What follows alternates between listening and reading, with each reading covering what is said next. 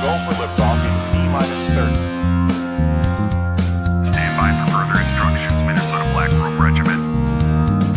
Secondary guidance systems engaged. Minnesota Black Robe Regiment, it will be on my mark.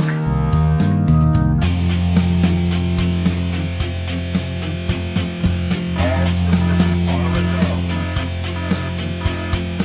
All systems are a go. Minnesota Black Robe Regiment, you are over the target. You are authorized to fire at will.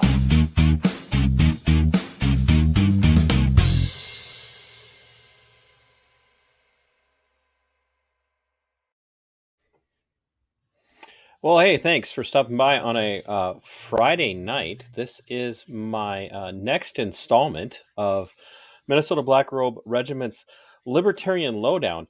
I got Charlie with me tonight, and I am not even going to attempt to say his last name because I will butcher it like nobody's business.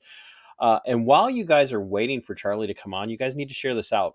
Where are all my libertarians at? Seriously. Like, I figured I've got the chair of the Minnesota Libertarian Party. Like, he's got hookups, by the way. He knows people all over Minnesota. Like, he knows Bull Johnson. And if you know Bull Johnson, you know everybody. But I was expecting, just droves of people waiting to come in and ask him all sorts of really hard questions. And so if you want to say something insulting about the Libertarian Party, tonight is the night, because what you have to do is super chat that. And Patrick Dennis swears he's the first person in the chat, so I don't know if he's still watching. He joined the chat before I was even in studio, which means Patrick has no life, and he's a really good fan. One of the I think mostly he's just bored way up there in the northern or western reaches of Minnesota.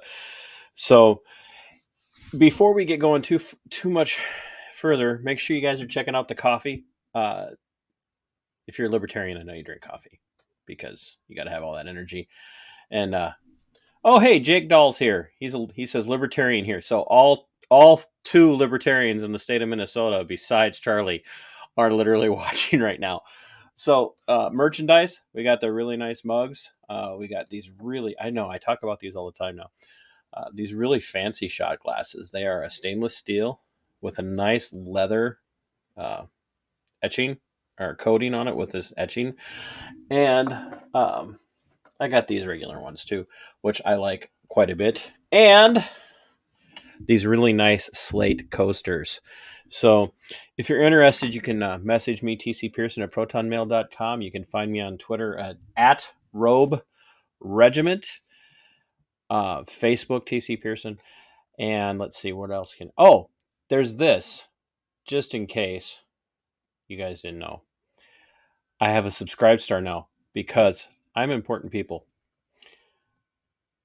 And if you don't believe me, ask. I'll tell you later on. So we're going to bring Charlie in, and I'm serious. If you guys have questions for him tonight's the night to do it, because the Libertarian Party has shifted over the last year, but in particular, since their national convention, there has been a reclaiming of the Libertarian Party from the wokies and from a fringe element that seemed to be very focused and dedicated on the idea of getting along to go along. And there are some very dedicated, solid libertarians out there who are constitutionally minded who said that's not the point of the party. The point of the Libertarian Party is not to get along to go along. Like, why even have a party if you're going to compromise with the Democrats and with the Republicans? And quite frankly, here in the state of Minnesota, when you're trying to get along with the Republicans, you're really compromising to the left. And that's coming from a guy who spent time in the party as a BPOU vice chair in his county years ago and walked away from it because I saw then what was happening. So there is a reality right now in the United States, but especially here in the state of Minnesota, where if you're genuinely interested in the Constitution, if you're genuinely interested in liberty, if you're genuinely interested in freedom and having the government have their hands off of your throat, there's really no other option in the state of Minnesota. And that might lead to an announcement for TC at some point here in the very near future. And Charlie is going to probably beg me live on air to not make that announcement ever. So we're going to bring him in. Charlie, thank you so much for doing this tonight. I know we had tried to get it set up for Monday, and life was chaos for me. Life was chaos for you. Yep. And it would have been weird trying to call it TC and Friends Monday Night Musings Libertarian Lowdown. That wouldn't even have fit in the title. So got it. Yeah, things happen. We make the best of it, and here we are. So I'm happy to be on. I thank you for inviting me. So for all of the tens and tens of fans, yep. How do you say your last name?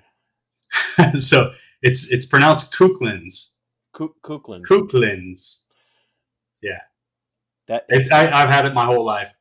You didn't just make that up. Nope. Just to have the kook in your name, so it's that just anytime growing up they'd say Charlie Cook. Yeah, that's me. That's sure. Well, so Charlie, you don't look like a libertarian because you're not wearing a boot on your head. That's true. Yeah, I'm typically a low key guy. I don't like to draw attention to myself. So it's an interesting conundrum that I have here, right? Trying to draw attention to a political party, but I'm not really the guy that's out there and the activist that's out up front and chanting. So yeah, I think I just try to do my part. That's the beauty of it. So you said you don't go, you're not an activist in the sense of being out there and stuff, but so let's just jump right into it.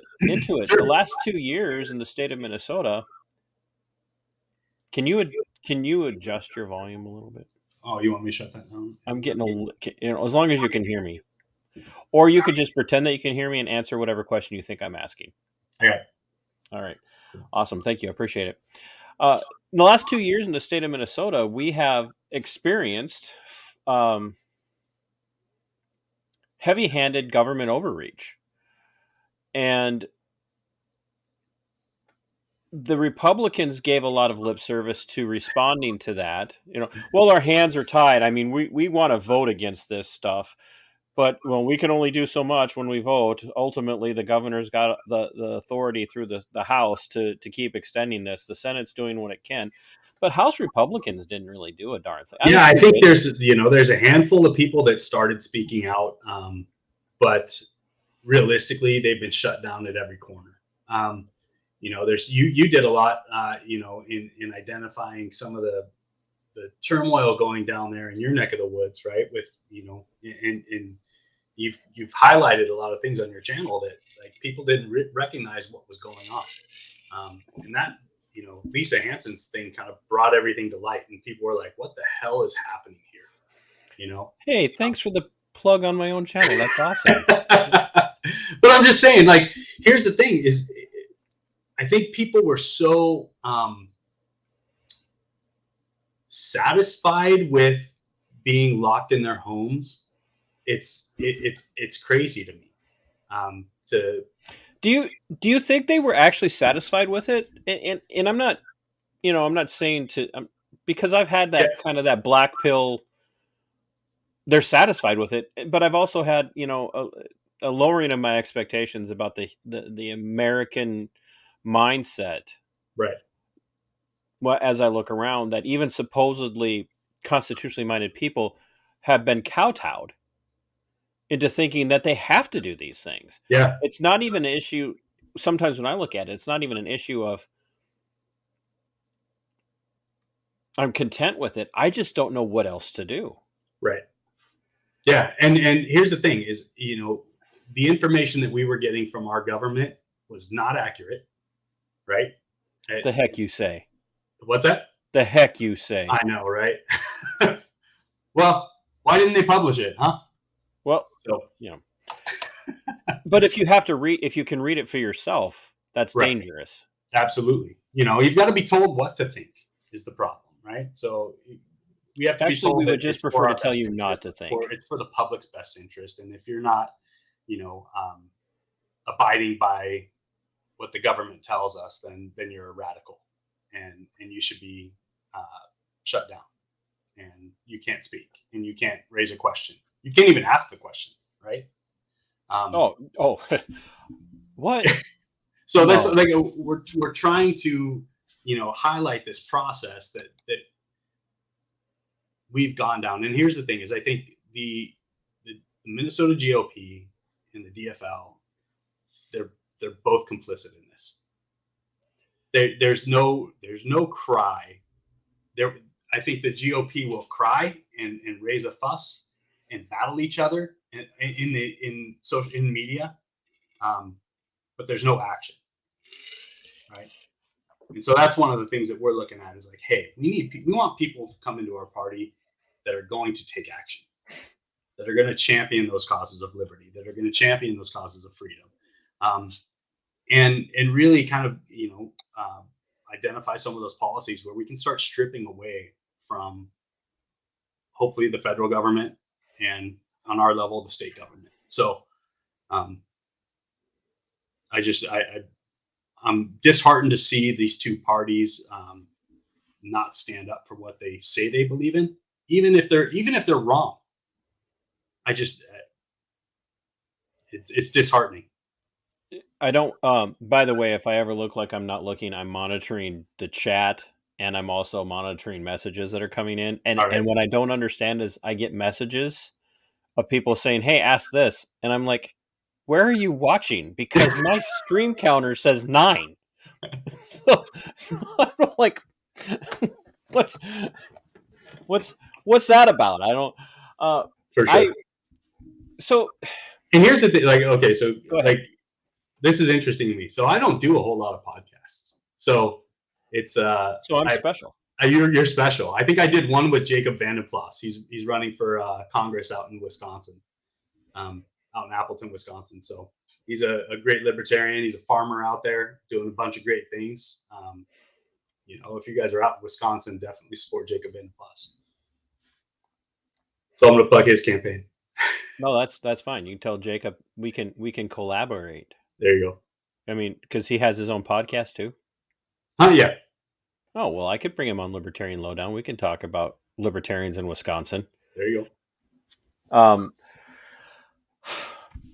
So let's get kind of the nitty gritty of the differences, because I was on Black Republican, Black Democrat a few weeks ago. Okay. Because I had done a show for disenfranchised inner city folk and predominantly Black folk, and they're kind of sitting here saying, we're ready to vote GOP if somebody will come and give us a reason.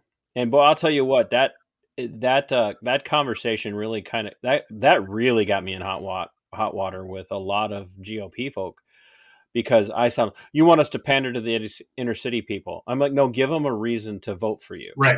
Well, that's pandering. No, that's give them a reason to vote for you. While the Minnesota GOP is mad at me for pandering to inner city Black folk, they pander to the Somali community and open a Somali Republican office in Minneapolis. Yeah. So, I mean, who's pandering? Right.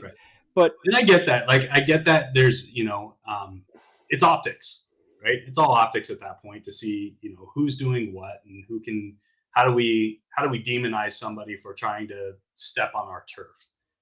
And it's a ridiculous scenario, but you've got to win people to like you in order for them to vote for you. They need to like you. They need to trust you. But that's not how it goes in Minnesota, or even really in the United States, Charlie. Because I mean, let's bring up everybody's favorite, John McCain. There were a lot of people who voted for Obama because they couldn't vote for John McCain. Right. They didn't like him. But there are also a lot of people who voted for John McCain because they didn't like Obama. Right. And that's the reality of what we have with this uniparty system right now. And let's think it like, and so, yeah, that the whole scenario of Obama winning, he's a very charismatic guy. People liked him, right? He was a junior senator. He didn't have a history of backing wars. He didn't have the history of, voting to go kill people. So there wasn't a whole lot to tack on. I mean, there was his history in Chicago, but realistically, everybody overlooked that because they're seeing like McCain going, "What the hell is this war hawk doing on here?" Right? Well, but by and large, the Republicans tend to go that way. Yeah. And I've had to admit this myself in my maturing. You'd think at almost 52 I would have done my maturing by now, but I had to step away from the idea that being a conservative constitutional originalist meant you had to back every war, and it took it took a big kick in the shorts, if you will, to really realize that to be pro-military is to be anti-war. Right. That to be pro law and order is to be anti-abusive criminal justice system from top to bottom. For sure. Yeah, I mean, I was there too. I was a Navy corpsman, and I served from 98 to 2003. So I was right in 9/11 era, and yeah, when I went into work that day, and I was like, holy shit, what's happening? And it was terrifying. But at the time, I was like, oh, yeah, we can't change our commander in chief in the midst of this crisis. Like, we can't do that. At the same time, I wasn't very political. I didn't look and start seeing the history that we had of all these wars. So I think when people start looking into the history of how things progressed, and hey, we had one of the thought leaders on that last weekend sitting at our table, right? Who would you be speaking of? Mr. Scott Horton. Had dinner with him. We both did. We talked about all this stuff, and I might have fanboyed a little bit. It's all right. I think everybody kind of did. I think that's the first time that Jesse Ventura has ever been introduced at an event where the person who introduced the guy who preceded him actually spoke longer than Jesse did. Right. No, it was a good event. It was an awesome event. I had somebody say, "Well, it sounds like you guys didn't." Patrick. Yeah. I will put you in timeout if you don't stop. I will, like, right now. But and he's right. I did, but the reason I did is because Scott says things that need to be said, and like I said in my intro, and as I've described him to other people, and I've kind of started to describe the libertarian this way as well. It's not a bunch of patchouli, bathing, Birkenstock wearing, hemp rolling. Well, okay. Well, if I could, here's the thing. I've gone through my hippie phase. Well, yeah, but my point is that you weren't, when you hear antiwar.com, yep, you're thinking, oh, these people are going to be a bunch of far left loonies, and and so when you listen to Scott's show, not only is he anti-war, but he also advertises for an ammunition manufacturer.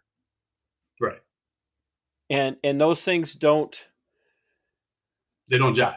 They don't jive. But they do. If you're a libertarian, they do. Right. Is the thing. Because we understand that, hey, we're buying ammunition to defend ourselves. Right. We're not supporting an ammunition manufacturer to send, bullets and burgers overseas.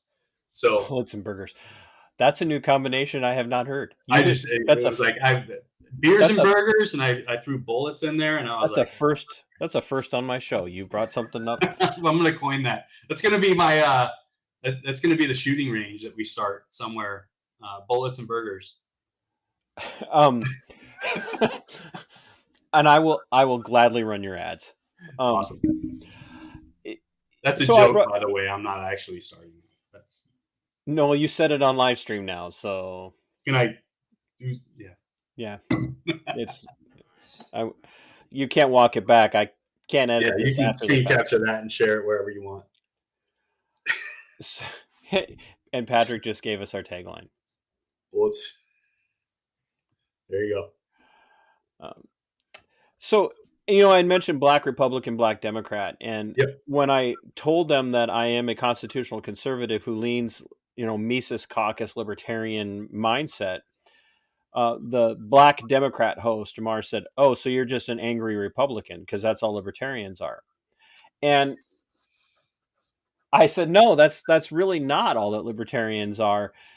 And it brings to mind, and I like to ask this because you hear a lot of the talking heads within the libertarian podcast community, especially, will talk about this because it irks them in all different shades.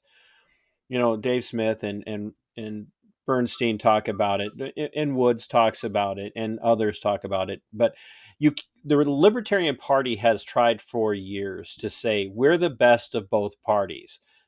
We leave out the worst of the Democrats and adopt the best of the Democrats, and we leave out the worst of the Republicans and adopt the best of the Republicans. So we really combine the best of both. And to me, that's a fallacious, that's not a reason to vote for a No. party or to look at a party to support or be part of.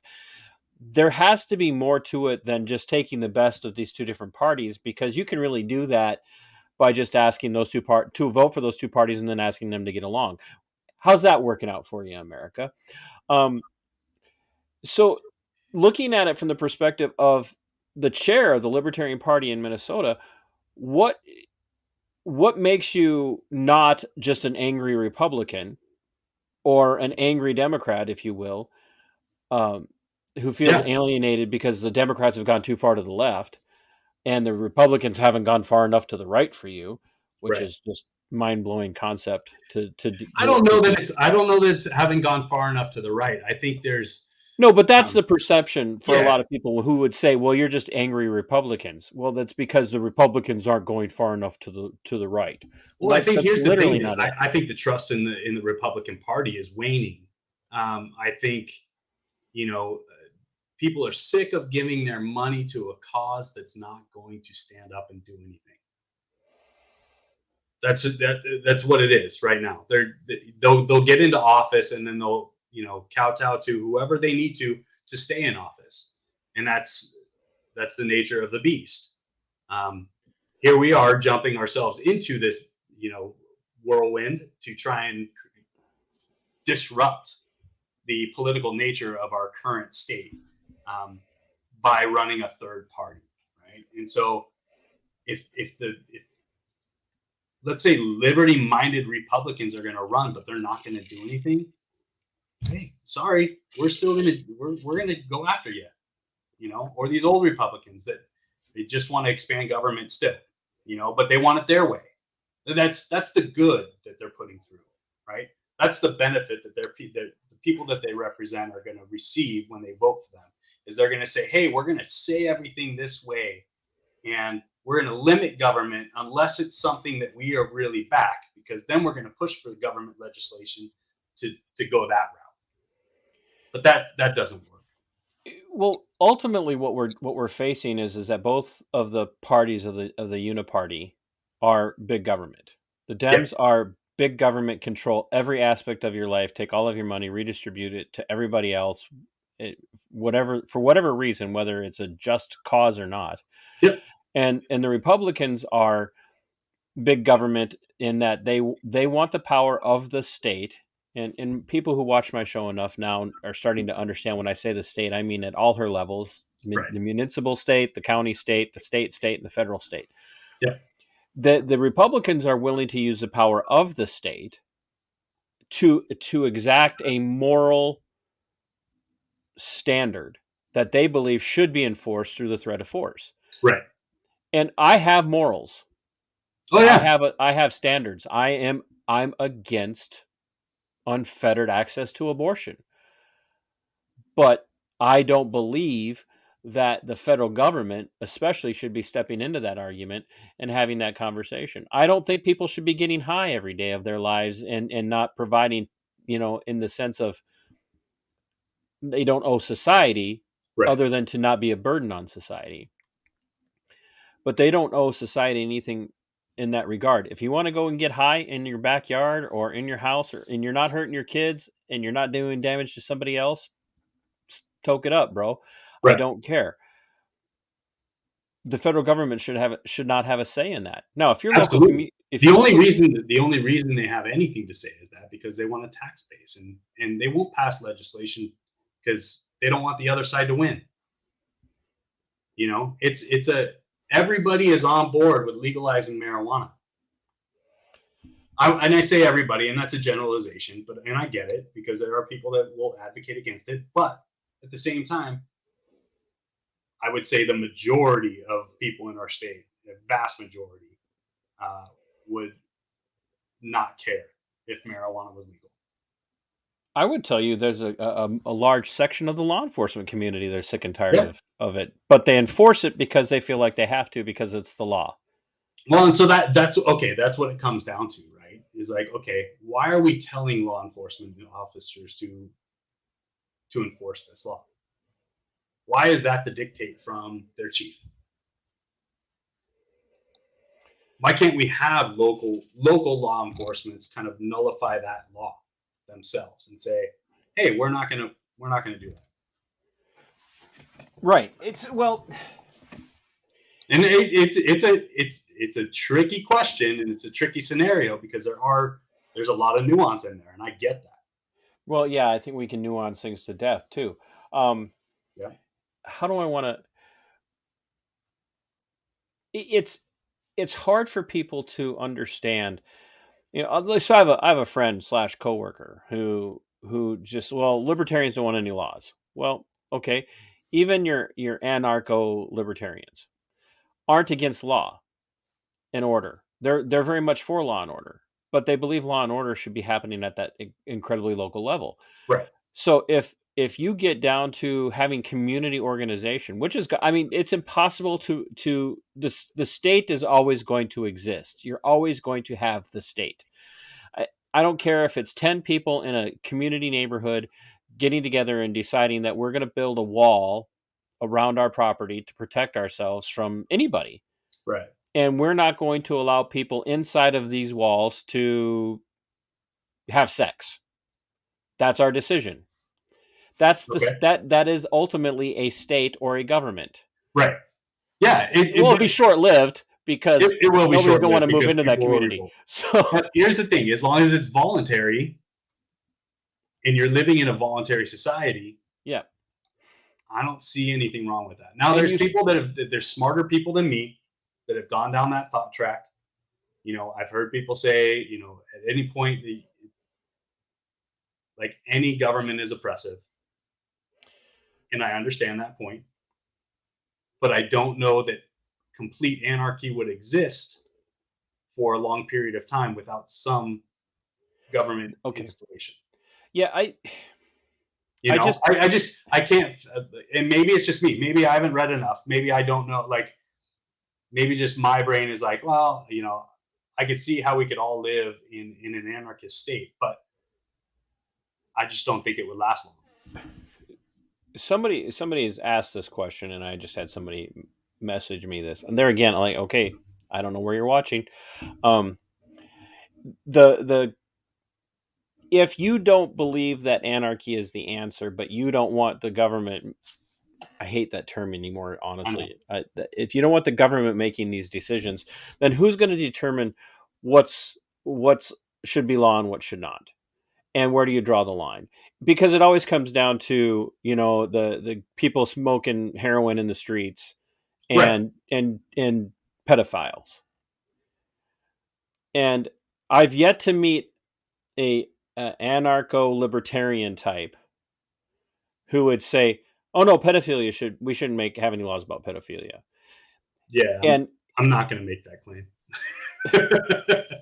That we shouldn't have any laws. Right. No, yeah. Oh, I was going to say, please. I thought you were saying you're not going to make the second. You were like, wait a minute. What is he saying? I thought you were saying you've actually met people who think there's, libertarians who don't think there should be laws against pedophilia.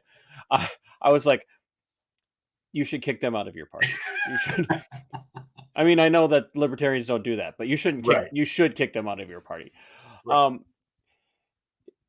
the reality is that the libertarian, and if I'm wrong, because I'm still trying to make sure I understand this correctly, the reality is that the libertarian philosophical mindset is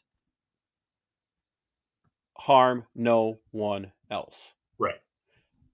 So we have no problem with laws. As libertarians, we would have no problem with laws that restrict the freedoms or even the life of an individual who is harming other individuals. Yeah, and I think what it boils down to is really how do we adjudicate a grievance, right? How do we give up that that eye for an eye mentality, and really go back to we're going to give that up to, let's say, a council to kind of be that voice of reason between two parties, right? Between a party that had something aggrieved against them, there was an aggression, whether it's private property or personal property, then it's really giving that up to a council to be able to adjudicate that process. So what you're saying is that as a libertarian, you'd be for dueling again? No, none whatsoever. Nope. I said that tongue in cheek because no one takes my show seriously. So all right. What happens is, if you've got somebody that's going to try and exact justice against somebody else, because they feel like there's a grievance or they've been wronged, there's a tendency to go too far. Oh yeah. Right? And so that's why we basically said, hey, at some point, somebody's going to get angry. Somebody's going to get mad. And I'm fully aware of that. And we give up that right to a third party to say, hey, we need to adjudicate this process. We need to go through a process to find out what happened and then exact justice upon that. Right? Whatever that is. And that sets up the state. Right? Right. And it sets up the growth of the state. And I get that's why anarchists will say any growth of the state is increasingly oppressive. Can be, right? Sure. So you give them an inch, and then you say, okay, well maybe we'll let them, we'll start drawing these laws, and we'll start putting stipulations on these laws, because we don't think it's always one person's fault when this scenario happens. So we're going to say, hey, there's a stipulation in there. We're going to make some sort of an agreement here and say, well, these people can't be charged because for whatever reason, yeah. Amos, love you, buddy. Must be a friend. Yeah. I saw the comment and I was like, all right, fine. I think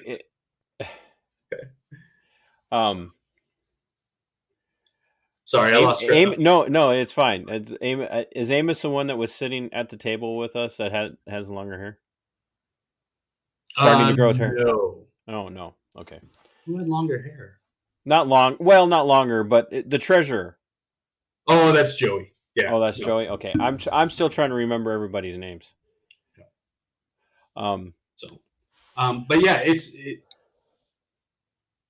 I say we get it down to the lowest level, and that's always the libertarian way. It's just the lowest level of government possible. And it's not going to happen tomorrow. And so that's one of the things that really got me going. I think actually I got active local. It's only been a couple years since Joe Jorgensen's campaign, right? Since I went down to Burnsville and started, volunteering there and doing things with the executive committee and showing up to affiliate meetings and, Well, that Joe bring up Joe. Joe brings up an interesting quandary because Joe certainly wasn't Mises caucus level. Nope. And her running mate, Spike, who was the very first guest that I had on the Libertarian Lowdown. And, thanks very much to Spike. And I've had Spike and now Matt and Jason Lyon on from Muddy Ball. Okay, yeah. Spike's not Mises caucus in the sense of being like ensconced. He's not against it. He's just not ensconced in the caucus. Right. Yep. And I was, and realistically, there's a lot of me that's kind of, since I became chair, I didn't want to sit there and run under a caucus. I didn't want to do it that way. So there's a lot of people that, help bring a lot of people into the party over the past year and a half, that have kept going with it, and it's awesome. But now we've seen, I just need to do a little bit of structural infrastructure wise. We don't have a whole lot of setup IT wise. So we're looking to kind of build that back up. There's a lot your of Libertarian Luddites. What's that? Your Libertarian Luddites. Not familiar. What's that mean? Luddites are like anti-technology people. Oh, okay. Well, so I'm a data engineer. That's so. Those data engineer, that just conjures images in my mind of sheer boredom, to be honest. That's fair. That's fair. That's fair. I appreciate that. You're like, I'm so glad I came on this guy's show. But it's cool. Like, here's the thing: is there's a lot of things that we can do with data.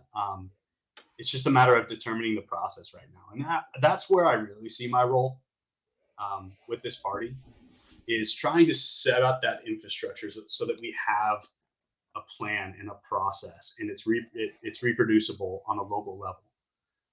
And so those are some of the things that we've been talking about and we've been trying to get on board. There's CRM upgrades, there's email management, there's a lot of things that go into the structure of the party that's outside of activism as well.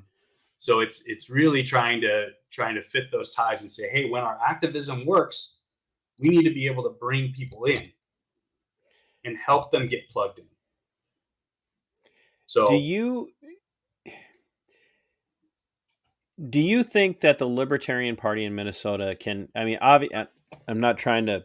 No, I get it. Cast aspersions on you guys going into the midterms here. But there's no way you guys, with a change of the libertarian mindset across the party at the national level, that you guys are going to have, in Minnesota in particular, a really deep impact on seats and whatnot. But you guys have the ability now, with the disenfranchisement that's happening both in the DFL and the Minnesota GOP, to really start making inroads into 2024. Absolutely. That's the plan. And I don't want you to lay out your moves, to be countered. Not that I'm pretty upfront about a lot of things.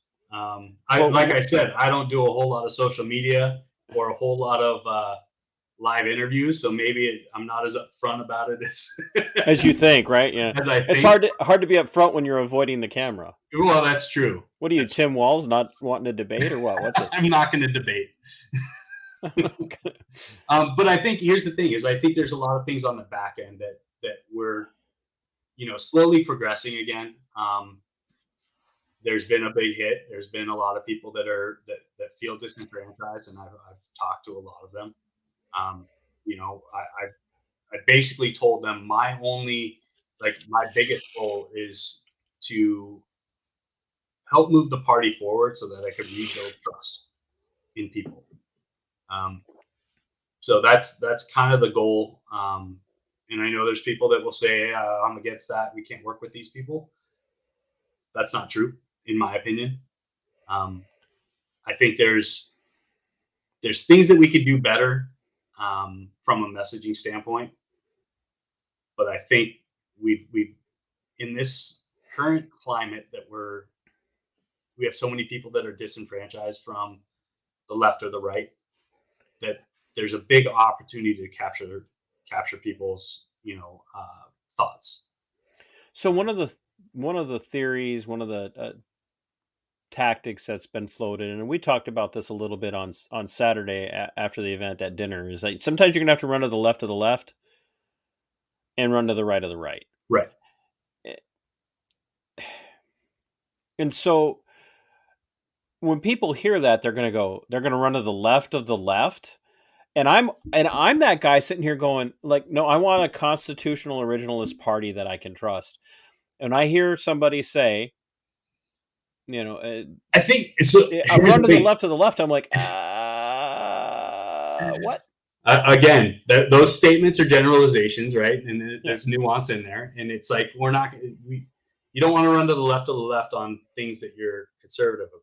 That doesn't make sense, right? So there's other things that the left will typically throw out. Hey, they're the marijuana party. They want to get marijuana passed, right? So you're going to have to run. You're going to have to run on marijuana against the legalized marijuana party. The DFL has a legalize it T-shirt, and they just won't legalize it unless there's a ton of taxes involved and a ton of regulations that they're going to be able to make money off of. Which is exactly what the Republicans do too. Exactly, right? And so we're coming at it from a different perspective. It's like, hey, let's just decriminalize this. Don't prosecute. Well, I think I actually think what you said, it's, to me, to heck with decriminalizing it. Right. Whereas it's just not illegal. Like, let's literally put something in verbiage that we don't care if you smoke weed. I mean, it can't read that way. Sure. It would look really funny in the state statutes if it said, we don't care if you smoke weed. But think we can get that passed? That'll be the legislation. That'll be the proposal.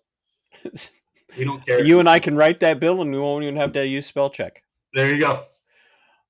Okay, I might have it's in to that point. Even if it was like, hey, you can grow up to 6 plants. There. Are you familiar with Buck Johnson? Sounds familiar. Counterflow podcast. He's post libertarian. Okay. But he still, shares a lot of same values. But he brought up the Farm Bill, and it talks about in the Farm Bill that the Farm Bill has made, like, he advertises for Paloma Verde, and he talks about CBD and Delta 8 and things like that, and you look at what the Farm Bill did. That's an example of parts of it where the legislation was really good, and it has now made it possible for someone who genuinely desires to have that use of cannabis, if you will, be protected in their own home from interference from the state, because the state has stepped in and said, we're not doing this anymore. Right.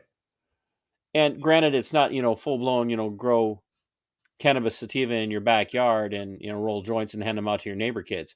But it's, I say that not because that's the image, everybody thinks that you want to grow weed in your backyard with, and then you're going to let the kids come and take it out of your, that's where the whole hippie thing comes from, right? The hippies on the commune that just want to smoke weed all day, right? Never mind the fact that they actually have to work the marijuana fields. Right. So I don't know. Like, I think, there's a lot of things that can change, and we just, the over legislation is ridiculous. And people need to start waking up. They just need to start looking at, like, hey, why do they say I can't do things? So you're making a pitch to a person who's been voting DFL in Minnesota for their whole life, and they say, I don't recognize my party anymore. Yeah. It has gone to the left. And I mean, you'd have to be a blind idiot to not recognize that. Yeah. And so, I'm saying if you're not a leftist and you continue to vote for the left, you're a blind idiot. But there went 10 of the viewers.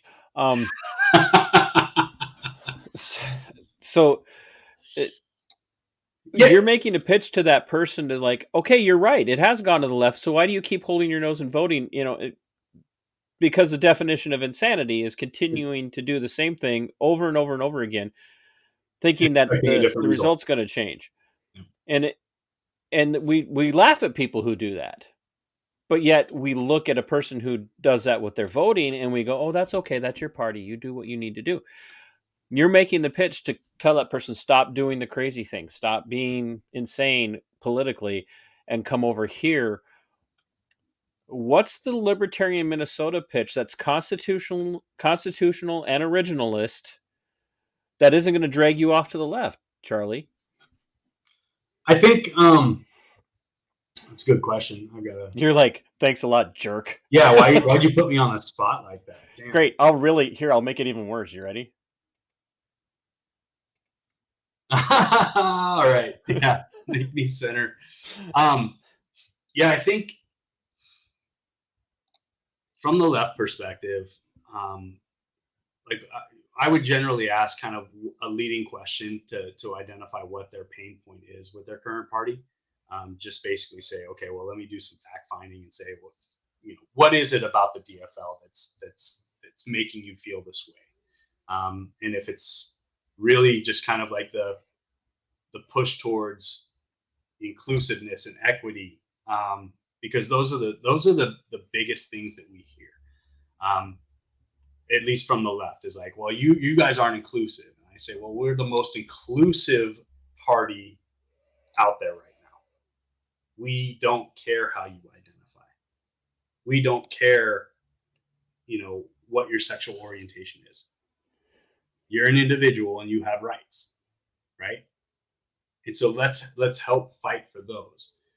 The left has really disenfranchised a lot of people because they've gone to that point where it's like, hey, you have to call people by these pronouns. You have to recognize that these people are transgender. You have to recognize and bend to the will, unless you, or else you kind of make them feel bad. So I think those are the kinds of things that say, hey, look, we're less legislation. We don't want legislation that compels people to do things that they don't feel like they need to do. And so I think from that aspect is probably one of the biggest selling points for me. So you're telling and you did a great job on the solo layout, by the way. So It was a smooth transition, man. It's like I even announced that I was doing it. So that's how I am all about professionalism. So I'm my own show producer, showrunner, scheduler, host. I gotta figure out how to do this stuff. Maybe I'll get on. I don't know. I'm not very good in front of the camera. I clam up, and you're doing just fine. Thanks, man. It's because I'm a seasoned veteran. Yeah. It's the leading questions. You get me going. It's all right. So let's go to the idea of identity politics. Okay. So I had, Monica Perez. I keep throwing out these names thinking all you libertarians listen to the same people I do. I listen to more libertarians than most libertarians do. You probably do. Here's the thing. I think we've been so inundated with libertarian podcasts that you've got to kind of section off what you're going to listen to. You better start writing down while I'm talking. Write down the ones that you recommend. The ones that I recommend. Yeah, and we'll do that at the end where you can say, here are the people. And if I'm not on there, even though I'm not classically libertarian, I will delete this stream. I'm kidding. So I had Monica Perez on, and where was I going with this? I threw myself off. Yeah. It was a really good question too. Distract my own. I'm sorry. No, I did it myself. That's my fault. I think so. When we're in an interesting time period right now. We've got midterm elections coming up, right? So we've got TJ Hawthorne running in District 44B for a state house. We've got Jeremy Peichel running in Senate District 66, right? So we've got candidates on a local level. We've got people running for school board up in Bemidji. We've got Toby running for the mayor of Mankato. So there's a lot of things that are happening on a local level, and it is kind of disheartening that we don't have statewide candidates running in a kind of a high profile race, right? So that's where a lot of leads come in. That's where a lot of people come in and say, hey, I'm interested in hearing about what you have to offer. So I think we're missing out on that opportunity right now. But we're also on the infrastructure side trying to shore things up so that we can handle things like that in 2024, right? So that it's an easy transition for a presidential race and 2 senatorial races, right? So, or is it one? I can't remember. 1 Senate race? Yeah, I think it's 1 Senate. Yeah, it's 1 Senate. Yeah. I think they alternate cycles. Yep. So that's where we're looking at, like saying, hey, So I don't think we could take a hard left in 2 cycles. no. That's, I think there was a. Never mind. I'm not going to get into it. That's fine. no, go ahead. Make all the jokes you want. I don't care. It wasn't a joke. It was just kind of like a historical kind of quip, but it's irrelevant. I'm so historically minded that if it were up to me, we wouldn't be voting for senator anyway. So there you go. Yep. I remember reading that just like recently. I also have some other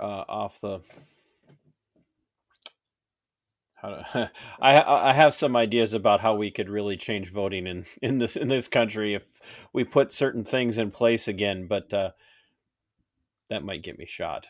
So you can run for Secretary of State. Nobody wants that. That's where elections are determined, right? Boy, my friend Eric Van Mechelen is watching, and he he ran for Secretary of State for the GOP nomination, and strangely enough, they wouldn't let him speak at the convention. It might be because never mind. Because we got partisan politics, and there's money to be made, and if you're not part of that process, then you're shit out of luck.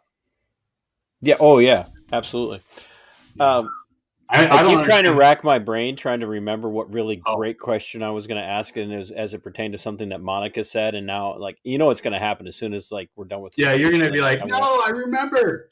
Yeah, we'll have to do a 5-minute Facebook Live so I can ask the question and put you on the spot again. So, I think just where we're at now, there's a lot of things internally with the party that need to get, and that's on me, right? So I need to be able to deliver that process. I need to be able to get people on board on the vision, and so it's just been a tenuous process. I put a lot of time into writing things down and trying to identify the most critical places that we need to kind of shore up. But at the same time, we need people, right? So we're trying to get out there and trying to get people into the process. And is this your roundabout way of asking me not to tell people I might be thinking about joining the party? No, I need people. We need people. So yeah, TC, please do not tell people you're joining the party. You should have seen the look on your face on Saturday when I said, and the chair of the Libertarian Party of Minnesota is here. I might be coming over. You were like, no. I would. Hey, come over. We're all individuals. You got the right ideas. In the history of all the world, those words have never come out of anyone's mouth. Well, as it pertains to me, I'm confident that you've got. So let me throw this at you in this respect. Let's say you got that one guy who is just, it's weed. It's all about weed all the time. We've got to make it stop. The laws have got to change. I need to be able to grow 6 to 10 plants in my yard, and I need to be able to smoke.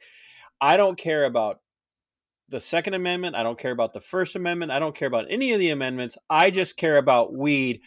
I'm joining the Libertarian Party, and I don't want to talk about anything else. Okay. How does that person fit into the party? Oh, there's plenty of ways to fit into the party. I like somebody like that. I would absolutely put on some sort of legislative division to be able to help help come up with ideas or do set up events in the name of legalizing or decriminalizing whatever we want to agree on, but at least some sort of liberty based legislation that goes out. But we've also got to promote that. So it's not just handing out pamphlets. It's setting up an event. It's working with the Minnesota Hemp Growers Association. It's working with some people that are out there actively doing it. It's working with the CBD plants. It's working with the 2 dispensaries that we have here in Minnesota. Right? So it's identifying some of those processes that they're saying, hey, you have to have a medical prescription from a doctor to be able to go into the dispensary and get dispensed. But even then, we're only going to limit how much the dispensary can give you, regardless of what your doctor says. Right? Because we can't do it. Bullshit. You can. You can do it. There's no reason not to, other than money. When you look at crops, you cannot name a crop in the state of Minnesota that's not legislated. Right. When you look at crops from the perspective of, say, the agorist mindset. Sure. For those of you that don't know what agorists are, I'm probably going to have to find an agorist to come on and talk about it, because it's not a hard concept, but it's foreign to you can talk to Americans. James Gentleman. You can talk to James Gentleman. I've been working with trying to get James on, but our schedules keep not connecting. I don't know how that happens. James is he's a busy guy, but he is a busy guy, and he's sharp as all get out. I love listening to Blackbird, even though he's retiring it. There's number 1 podcast, Blackbird. There you go. Don't forget you gotta find a way to work me into that. But you look at agorists, and agorists are like, I want to grow what I want to grow. I want to grow it, and I want to sell it or trade it. And that's virtually impossible even in a state like Minnesota, because things are so heavily and tightly regulated that you almost look at the ability of farmers to do something like sell a chicken this year, right, at a farmer's market, when you have the state, literally in this case, the state through walls, giving a surprise, another executive order saying, and thou shalt sell no chickens, unless they're coming from a big farm. Right. And that should make people's eyes. I mean, as soon as that announcement was made, I about lost my mind, because I said, this is going to destroy those backyard poultry farmers who really do sell like fryer chickens to their neighbors. Right. You get caught during that ban doing that, you could get in trouble. It's a shame. That's the way of life that, like, people grew up. Like, when did this start? That we're starting to legislate how people share in a community? It's ridiculous. Well, I could, I have some views on when it started. It goes back to the Civil War, but the federal government, and quite frankly, you asked the question, okay, who's the host here? But when you go back to the Civil War, was slavery a bad thing? Absolutely. Yep. Did slavery need to end? Yeah, it was on its way out in the United States. Yep. And it could have ended without bloodshed. Right. But there was more to the Civil War than ending slavery. In fact, ultimately, for both sides, it was really never really about slavery. It was always about states' rights. And the tyrant Lincoln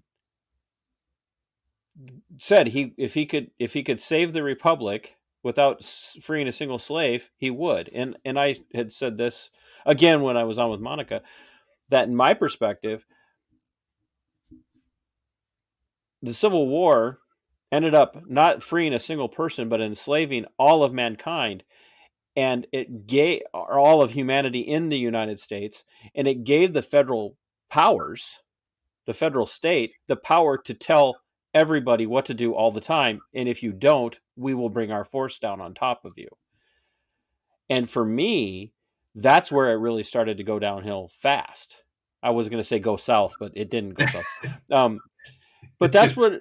Now, can you tie every single piece of this overly restrictive agricultural legislation and manufacturing legislation and all that other stuff Yep. directly to that? No, but you can tie it directly to the loss of the ability of the states to practice the greatest form of protest, which is nullification. Yeah. And so now the states don't have a choice. If we don't agree to it, they're going to take our money away. And if they take our money away, then we're going to have to be the bad guys, and we're going to have to tax the people, and then they're not going to vote for us. So we're going to make and so it's this compounding issue. So now I can't sell a chicken to my neighbor in the state of Minnesota during a poultry ban because we've been conditioned that we have to get permission to do everything. Right. Well, and here's the thing. So thanks for letting me on your show.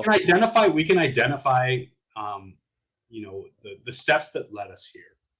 And we can probably bicker over, the nuance within each legislation that went. You can start with, the interstate commerce clause and go back to how we created these massive organizations that shouldn't have been, in place anyway. We've got all this stuff that we're incentivizing corporations to come in by giving them tax subsidies, right? When it shouldn't have happened anyway. Like, we can share resources, but incentivizing to say, hey, we're going to grow our tax base. And I understand like the economics of it all, trying to grow your tax base in a certain area so that you have more to be able to do more, provide more services, but they're just so inefficient, right? And if we could figure out a way to have more of that charitable organization, that voluntary society, I think everybody would prosper. But this corporatism has created a monster. So what's the solution? We've got to start pulling things back from the federal government, from the state government, down to our local municipalities. So that's just my 2 cents. No, I think it's a great statement, and it's true. And I think it speaks to the reality of the last 2 years, because we kind of opened up with that and talked about all these decisions. Who was left alone during the coof? And just so people know, when I talk about that particular virus, I still say the coof because you never know what they're going to try and use to take a video down, or to demonetize it. And I need every single penny I get per video. So, if you look at the Minnesota Black Robe Regiment podcast, I'm just gonna. You're just gonna throw that out just randomly. Where is he here? Because he's really cool. He's really cool. So when you look at who was left alone in the state of Minnesota and other states, it wasn't the Lisa Hansons or the Larvina McFarquhars or the Lisa Monet Zarzas. It was the Walmarts and the Targets and the Hy-Vees, and we all have our favorite grocery stores, and the Aldi and whatnot, and the Trader Joe's. Some of them more willingly complied than like. I live in I do business mostly in the Rochester area, and a lot of the Aldi folk were like chomping at the bit. Yes, let's do more restrictions. Yeah, this is great for sales, right? It's more. No, just the people were like, yes, beat us again, Dad. But it's the giant corporations that were left alone. Yep, absolutely. And the least safe. Absolutely. The least so the whole point is to keep us safe. So I can't go into the local mom and pop 5 and dime type grocery store, even though it might be a little bit more expensive, and buy my groceries there because they can't keep me safe. but I can go walk around with literally the unwashed meth smoking masses at Walmart, and that's on a Sunday. And that's it. And I could do all sorts of business there. Yeah, absolutely. Because size. Yeah, but here's the thing: you can't ask those questions anymore. That's unbecoming. You're now questioning the authority of the state. And I say, yes, I am. Yeah. So you get demonized for it. I had a conversation with somebody during this whole thing. I went into St. Paul to go to a friend's birthday party. So sorry. Not about going to your friend's birthday party, going into St. Paul. And it was, I was like, all right, I'm gonna put a mask on because I have a friend that I want to go see her and we'll hang out and do whatever. But some of the friends that she had there was like, I think we should get people to sign a waiver if they're unvaccinated. And I said, well, how do you think that's gonna work? Like sign a waiver for what? Just to waive their right to medical care? And she was like, yeah. They should sign a waiver if they haven't been vaccinated and they can't receive medical care. I said, well, is it a voluntary waiver? And she said, well, yeah. And I said, well, why would anybody sign that? Why would anybody sign that? And she said, well, they have to. And I said, well, then it's not voluntary. Well, it's not voluntary. Sorry. I see what you're doing there. I'm fully with you. Yeah, you're like making it sound like a good thing and then pulling the rug out and saying, no, you have to sign this because you're not vaccinated. I'm like, you work in a medical facility. Your first job is to do no harm. That's very libertarian of the medical facility. But it's not. But then deny people service when they don't conform to your hysterics. And I've had two guests on my show, Ann Quiner and now Dana, and I've got she was on a couple of weeks ago, and I've got another gal coming up on another week who have lost loved ones. Ann lost her husband, Dana lost her mom, and this follow up, if we can ever get our schedules to coordinate, she lost her husband. Yeah, in a facility that's to do no harm. I'm gonna shift here a little bit.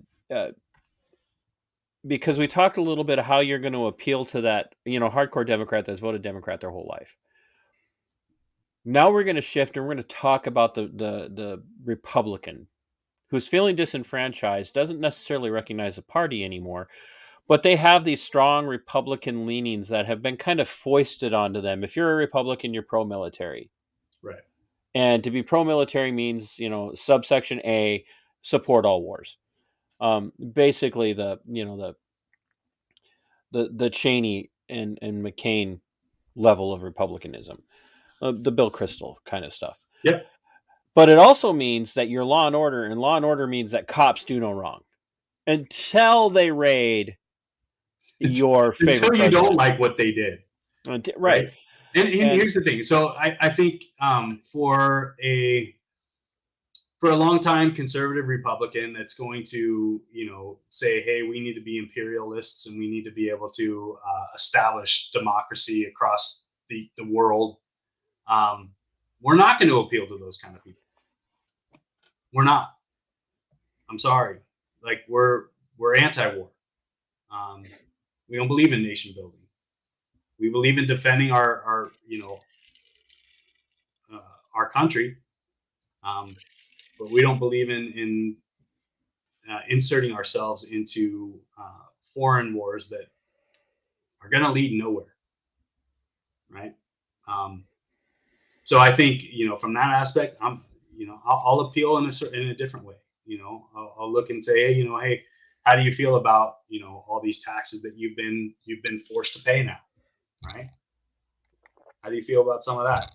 How's inflation working for you? Well, hey, we had Trump in there. He reduced taxes, but at the same time, at the end, and I get it, he kind of caved on COVID. Right? Kind of. We're gonna print tons of money to boost the economy back up.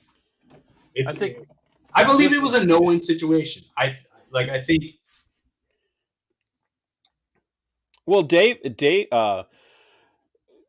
Clint from Liberty Lockdown had Dave and Stexenhammer on, and they had, a friendly debate. Right. And, Dave just kept beating on, and they're both libertarians. Yep. But Dave just kept beating on Stexenhammer's position that, well, Trump did more good than he did bad. And he's like, yeah, Fauci. Yeah. Operation Warp Speed. Yep. Fauci, Warp Speed. And you lose, and that's the thing. The people who are being the most disenfranchised by the Minnesota, in particular, the Minnesota GOP, are the Trump supporters. Yeah. That they're literally, and yet when you point out that their blind loyalty to Trump, I just said that out loud, didn't I? Wow, I'm gonna get deplatformed by my own people. I know I'm not editing that, but because it's true, and if you've been paying, I know you did a little bit.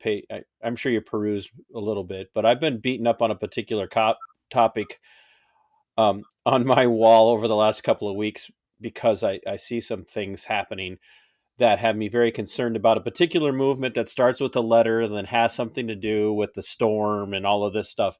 And I cannot mention it by name because YouTube will yank it down. But those people hate me now. Yeah. Hate me. I'm like, I've got literally people telling me that I'm cozying up with the wokies, that I'm part of the deep state.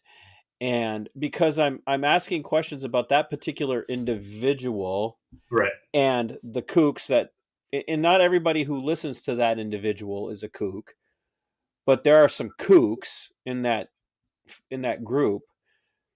But they're also so enamored of Trump that everything he did was perfect until you point out, yeah, but he kept Fauci. Like, literally, you guys hate Fauci. Hate him. Right. Like, you want him arrested and tried and everything else that comes with that. But your guy kept him. Kept him. You're all against the vaccine stuff. Well, it's funny. Like, it's funny when you you throw Fauci out there and you go, this guy was irrelevant for the longest time. He was irrelevant. Right. He was irrelevant between AIDS and what's the drug that he developed? ATZ. Yep. I think that's right. He was irrelevant from the time that he developed ATZ, which was killing homosexuals who had AIDS. Yep. And then this, and now all of a sudden he's relative, and their guy couldn't get rid of him. Right. And then brags about spreading again, I get it. It's a no-win situation. It's one of those things where you make a judgment call and you go, oh, God, this guy's been in here for how many years, and he's been the head of the NIH and blah, blah, blah. And, there's just been no audit trail on the shit that's happening. And I think that's probably one of the biggest things that we need, at least from a libertarian perspective. We've got to be able to audit the organizations or the services that taxpayers are paying for. We've got to be able to have that transparency and go through and say, hey, this isn't working correctly. Why is this happening? Call into question. But the problem is now we've got so many people that want to make politics a career, right? Because it's we're a long ways from Mr. Smith Goes to Hollywood. Oh, yeah. or to Washington. But here's or Hollywood today. I guess it's the same thing. But right. And so, I think the thing is that people are running on, they're building their political career. And I just don't think politics needs to be that. Well, so here's a perfect example. I just had Mike Termott on last week. And this is going to open up another question. So one of the but the second part of the interview that I released was about him and why he's running for the presidential nomination for the Libertarian Party, because he believes he has the answers. And I think he does. He's got a great grasp of the issues. Right. And we also talked about law enforcement. And for the series I'm doing about defining a good cop.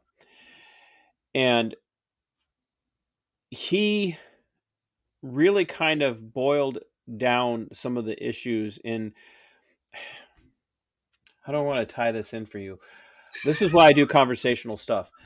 Yep. Because I want to open this door for you, because I think it's a door that the libertarians could just blow through if people would just, the libertarians themselves would get better about vocalizing it. Well, if you want to take it offline, we can. Just about, ideas and. Well, no, it's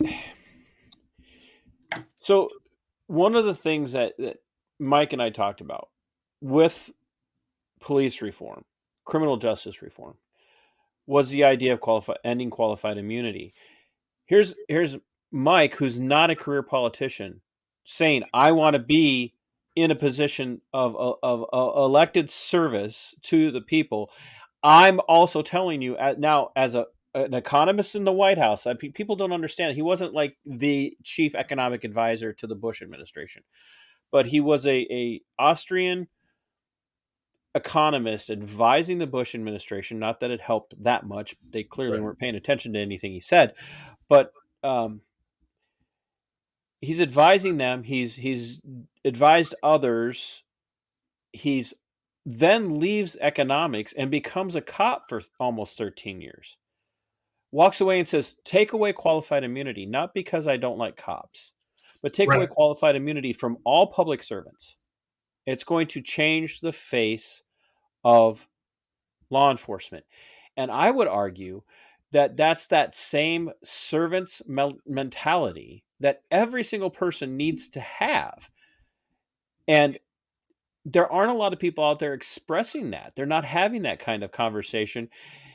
And so as the chair of the Minnesota Libertarian Party, who I know believes strongly in law enforcement and criminal justice reform, not anti-cop, not defund the police, but who believes strongly in those things, what are you going to say to that disenfranchised conservative voter who's seeing the law enforcement world being used against them now? I mean, let's just be all need to be on notice. You and I and conservatives, Republicans, the MAGA types, we're all on the same watch list right now. Oh yeah. So they need to realize that the very people that they blindly back all the time are the very ones that they're going to say. Joe Biden's not going to show up at your house and tell you you're an extremist and take you away. Nope. And the FBI is not going to. It's going to be the people in your community. Right. It's going to be the people in your community. It's going to be your neighbors that say, "Oh, this guy's waving a libertarian don't tread on me flag. He's a violent militia extremist or something." And it's like you're going berserk. Yeah, there you go. Yeah. See, flag Gadsden flag out there, and then see what people say. But that was my backdrop for a very long time. There you go. So it's those things. Yeah. What do you say to a hardcore conservative that feels like the world is crushing around them, because everything they believed in is coming back to haunt them? You say, welcome, let's talk about it. You say, let's talk about how we can change it. That's a hard question, isn't it? Yeah, it is. Because you just welcome them in. You say, hey, I know, I've been there. Let's start repealing some of these things that we've given to the state, to be able to say, hey, yeah, handle this for us.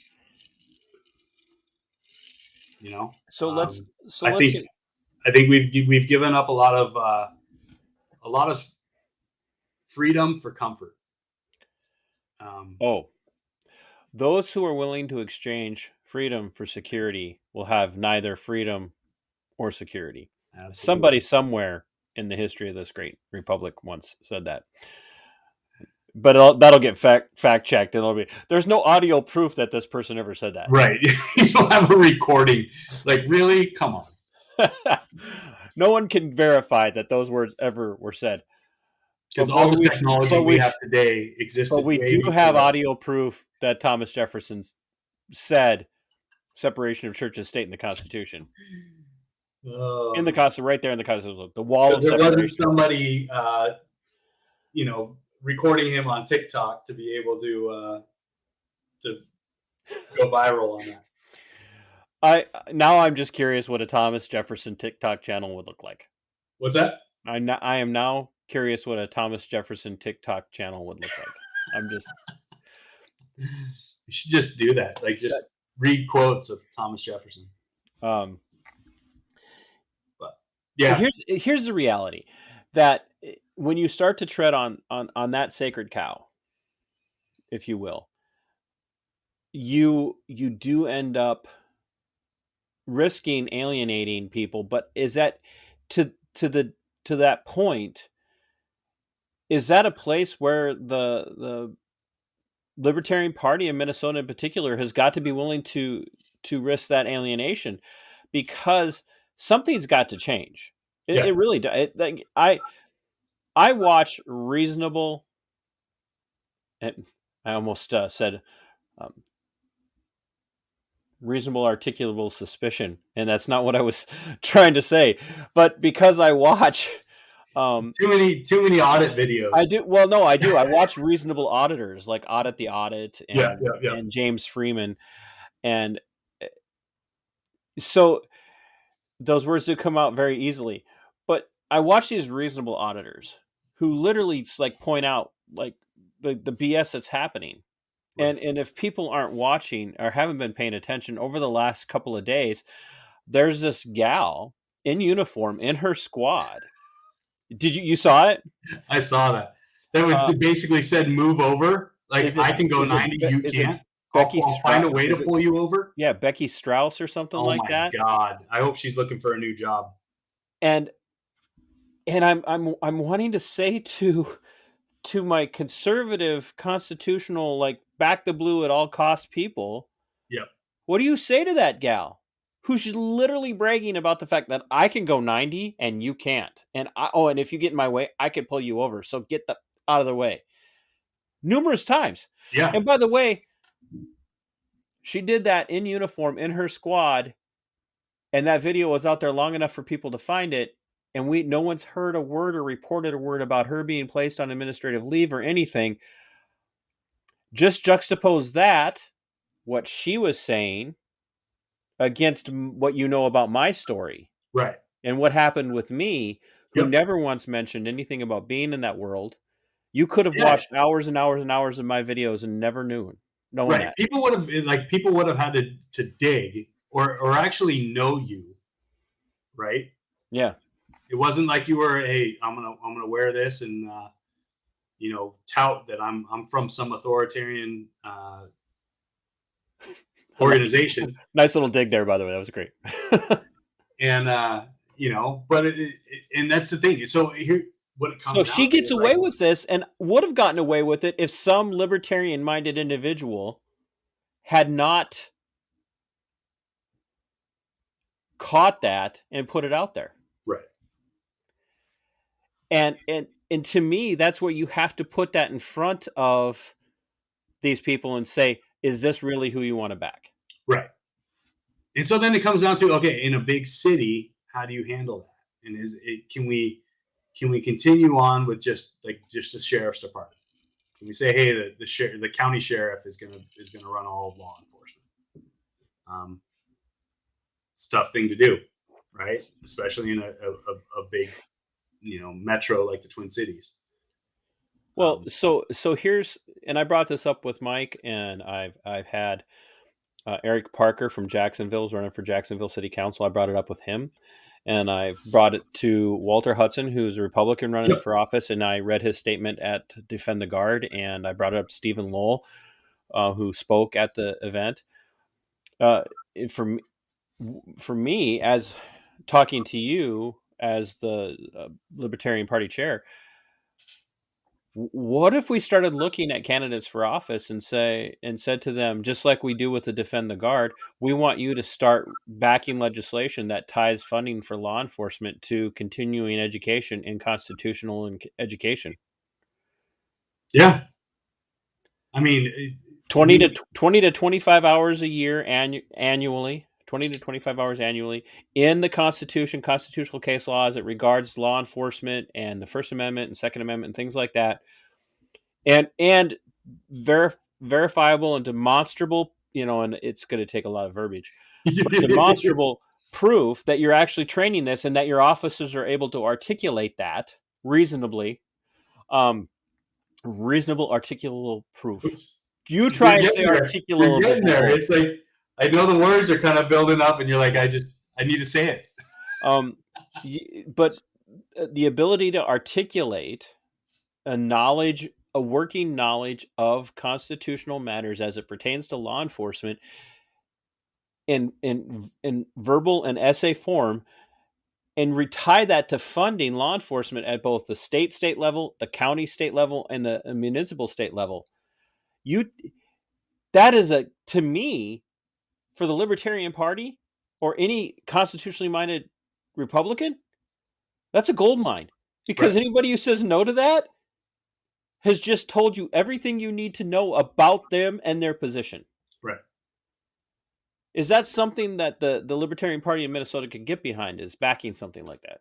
Well, I think the idea of it, yeah, I think there's I'm the idea guy. Don't ask me to write it. Trying to get through and identify just the process of pushing that through, and getting sponsorship and getting, things that we can rally for. But I think that's going to endear to a lot of people in the inner city too. So I think that's that type of policy would help to kind of steer us forward, and even then just highlight some of the things that we passed just previously through referendums, through different things and laws that we put in place that just, hey, we need to start peeling these things back, right? We need to start taking them off the books. So yeah, I wasn't trying to put you on the spot, but I just think that's one of those places where, well, I guess maybe I was trying to put you on the spot. It wasn't meant to be a got you, but it was one of those, because I brought it up to Eric, and Eric's like, that's actually a really good idea for the city council. Right.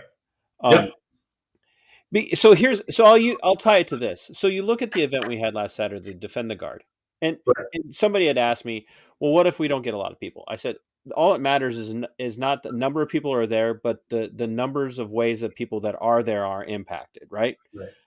What message do they hear, and are they taking it out to the rest of the community? Share this out. Yeah. Yeah. Share it out, have these conversations, point them to, Scott Horton's books, and make sure it's the right Scott Horton, not the Scott Horton that wrote the one book that it was horrible. It was embarrassing. Flip-flop that. Yeah. Flip-flop it.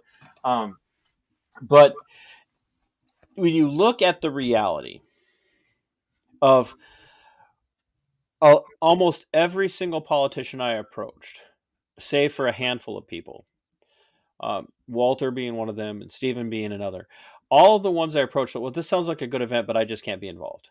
And quite frankly, and I told Bull this was going to come out at some point.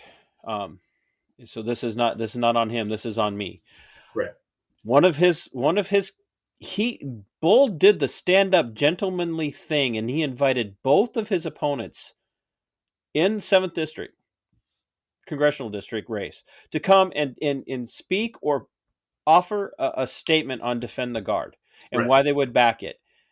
One wanted to come but had something come up they couldn't. The other one flat out said, and that would be Fishbach, flat out said, it's my show. No one asked me to do that. This is just me. This is my opinion.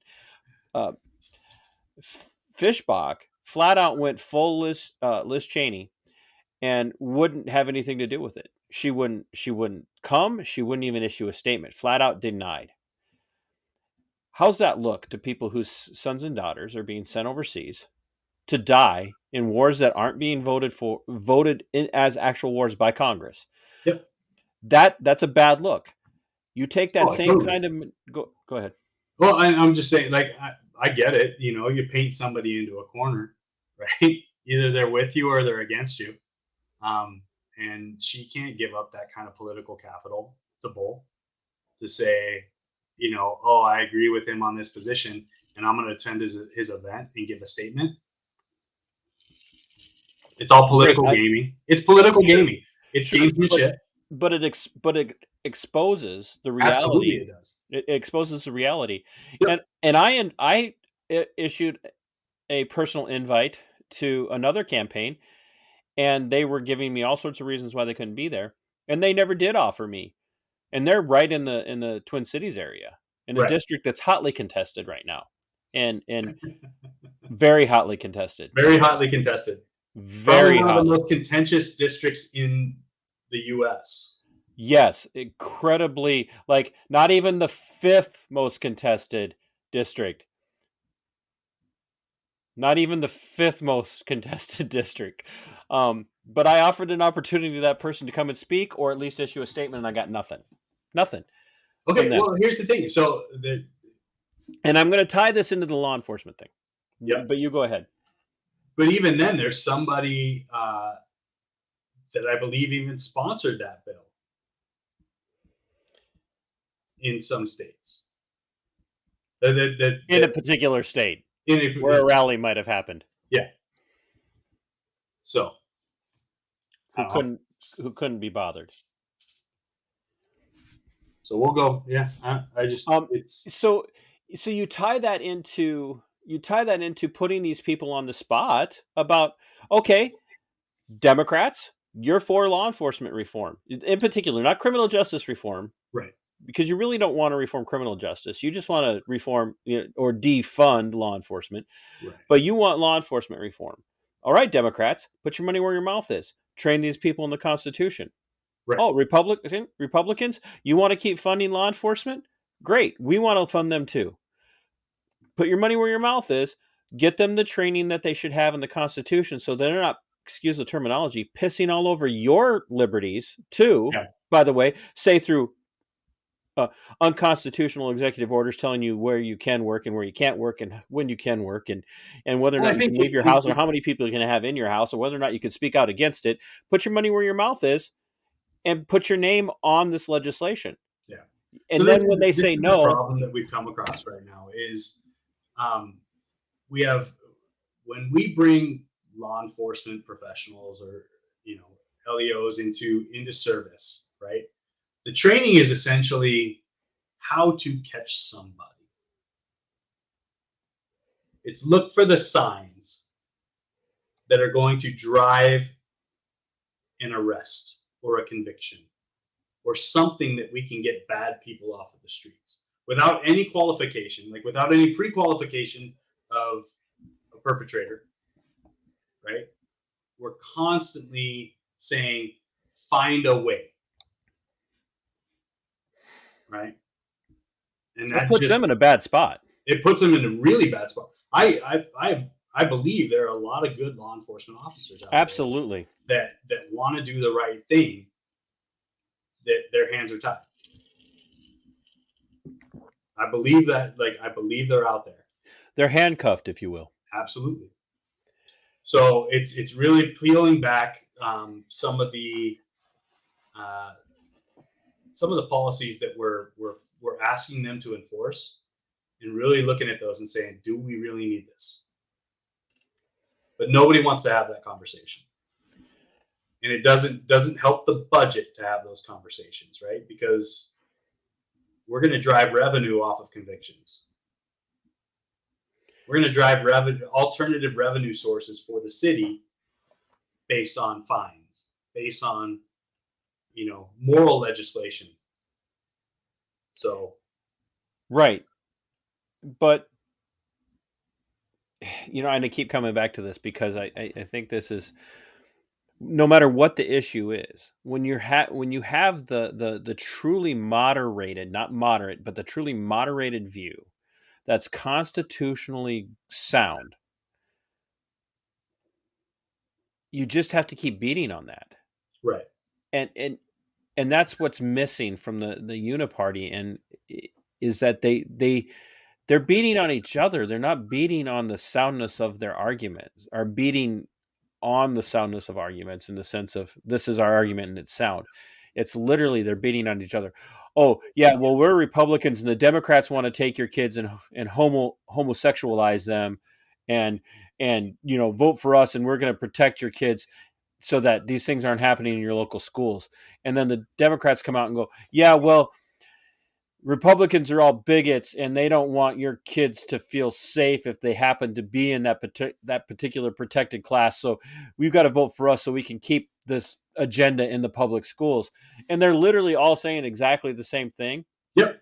Beating on each other. And the parents are left in the middle going. But it's promulgation of fear. That's all it is. Yeah. It's like, we're going to win by attacking the other side. And I think that's one of the reasons I like the Libertarian Party is because we typically don't do that. There's been a change, and there's people that will advocate for going after other people on social media and all that stuff. I don't. Somebody may have got soundly chastised the other night on that issue. What's that? Somebody may or may not have gotten soundly chastised on that issue. Yep. So I think, it's different approaches. I typically don't subscribe to the demonizing of political opponents. Like, I will sit there and look at a situation and say, you know what? Like, I understand how you can make a decision like that given the information that you were given. I get it. You were wrong, and here's why. But like, I understand being put in that situation and having to make a decision when you've got people relying on you. So it's tough. It's tough. And but I think too that a place, and this is just me telling you as a still outsider sort of, that there is a place for the libertarians to be able to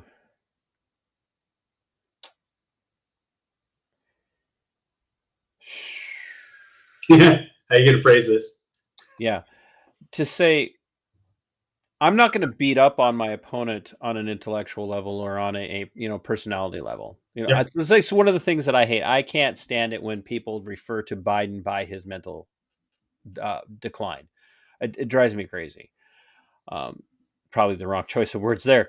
But because we've all had a family member, whether they've had Alzheimer's or dementia or something, who's clearly shown the signs of Alzheimer's or dementia. Yep, absolutely. And you would hate to hear somebody picking on old lady Smith across the street who's got this clear mental health issue or declining cognitive processing. But boy, let's just pick on her because she's really mean and we don't like her. Yeah. I hate that. But you need to handle those situations. In my opinion, this is just wholly my opinion, right? People will disagree with me and I'll probably get, backlash from it. But I tend to look at things and say, hey, we need to handle these situations with a little bit of grace. We need to be able to walk in and have a conversation and keep it civil and hopefully bring to a point where we identify a critical point where we had a failure, right? Because that's what we do. We look at things from a retroactive perspective and we say, where did we fail? And how do we get better moving forward? Right? Trying to sit there and live in this point of failure for the longest time and never rectifying that situation is just going to put us in a horrible place. And I think the when you do have something on the line as far as like a political position or some sort of power, or even, money really was what it comes down to, right? When you've got that kind of incentive on the line that could be taken away because you don't rally your base, right? It lends to this demonization and character assassination, and it's really destructive. Yeah. And I think if we handle it with a little bit of grace and just come at it from an intellectual standpoint, providing more of a solution rather than harping on the mismanagement of situations, I think we'd all be in a better position. I had somebody, and it's probably the greatest compliment that I have received from a stranger. Monica had aired my interview with her on her channel, and this individual listened, and he followed me on Twitter right away. And I reached out. We were conversing back and forth, and I don't see this because I try to bring on people who are smarter than me because it lifts me up. I think you failed on this one. I'm probably not. No, you're doing great. See, no matter what, I end up looking better. Oh, there you go. No, you're exactly the face that I wanted for this conversation, because I didn't want shoe on head. It would have been entertaining, but it would have gone nowhere because I would have just been cracking about the shoe the whole time. But this individual said, like, I want libertarian-minded people, constitutional originalist people to have intellectual conversations that don't sound like a bunch of frat boys. Right. And I was like, "Are you talking to me?"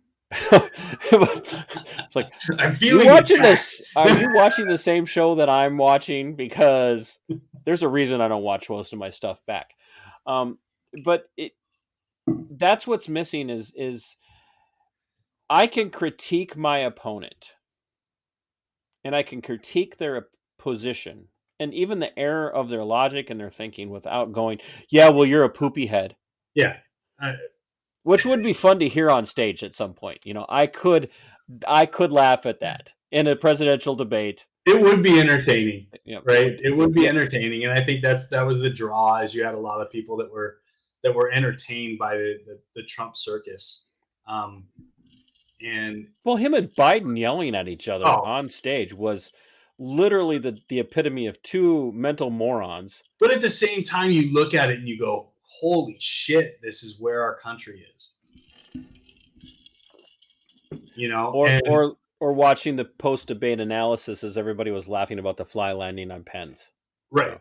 That's what we've come to. I go, this is the situation we're in now. So let's look at the situation. Let's try and find a solution. And you've got essentially a party fighting over a hard shift towards socialism. In my perspective, that was a very, very well moderated way of saying it, because I don't know if hard shift towards is. But I don't think. God, I'm gonna get blasted for all this shit. Hey, that's why I bring people on, is so they can embarrass the crap out of themselves, so I don't have to. So yeah, I just think when you boil it down, the increase of authority of the government is going to lead to a situation that nobody is going to be happy to find themselves in. Right. And and to quote the great philosophical mind Spike Cohen, he said several weeks ago that the Democrats promise you tyranny and deliver it. The Republicans promise you liberty and deliver you to tyranny.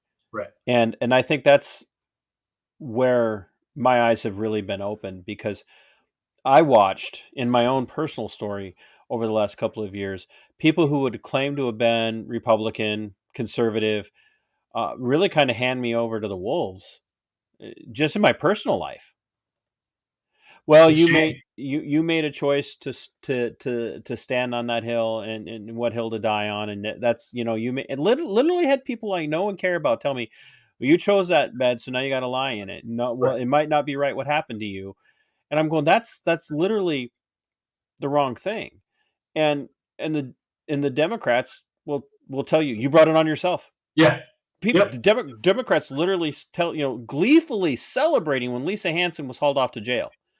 Like, I know she this was for a such a bad person. Like, yes. Jesus. And so this isn't about me, but what I'm saying is there's both sides of the argument. Yeah. Literally are abandoning you. Yep. And I think here's the thing. Like, we're going to keep going down this path unless something changes, right? I think everybody that's been, alive kind of recognizes that. I can't. What? You might want to walk that one back, bro, because there's a lot of people who are alive who are just goes back to they're just oblivious. So They they're still have the oblivious blinders because on. they've been conditioned to see that it's for their good. Yeah. Oh yeah. I mean, you're right. Even the conversation that I referenced earlier, the people that were advocating for a mandatory voluntary waiver signature. Yeah, it's scary.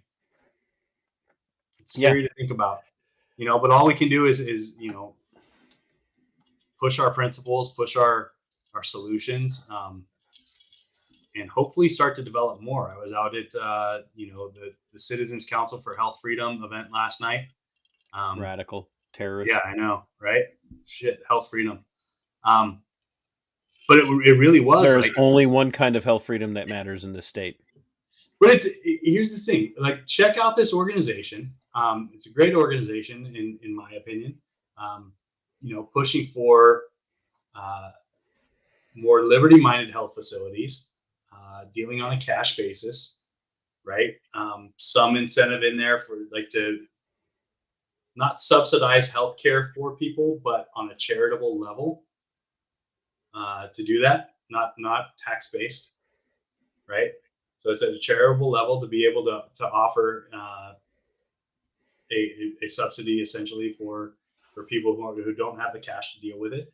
But it's things like that. It's solutions that we're going to have to put forward that are going to really drive our future, right? We don't have to go in and say, you guys are assholes and try to, demonize people again.